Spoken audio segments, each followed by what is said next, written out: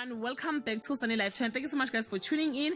Guys, we're talking about Generation The Legacy. Actually, the fans are angry and they're fuming after the production of Generation The Legacy shared a video revealing the end of Cosmo's character. This is after he was backstabbed by Mavusana, who organized his stepping to some sort of a drug delivery went wrong. Cosmo was then admitted to a public hospital where drugs and manpower are lacking. Instead of getting better, Cosmo will become worse, and that's how he will pass.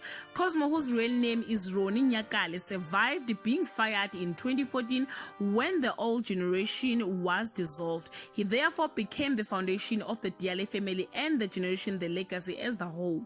Fans have shared their disappointment on his departure, feeling he deserves better.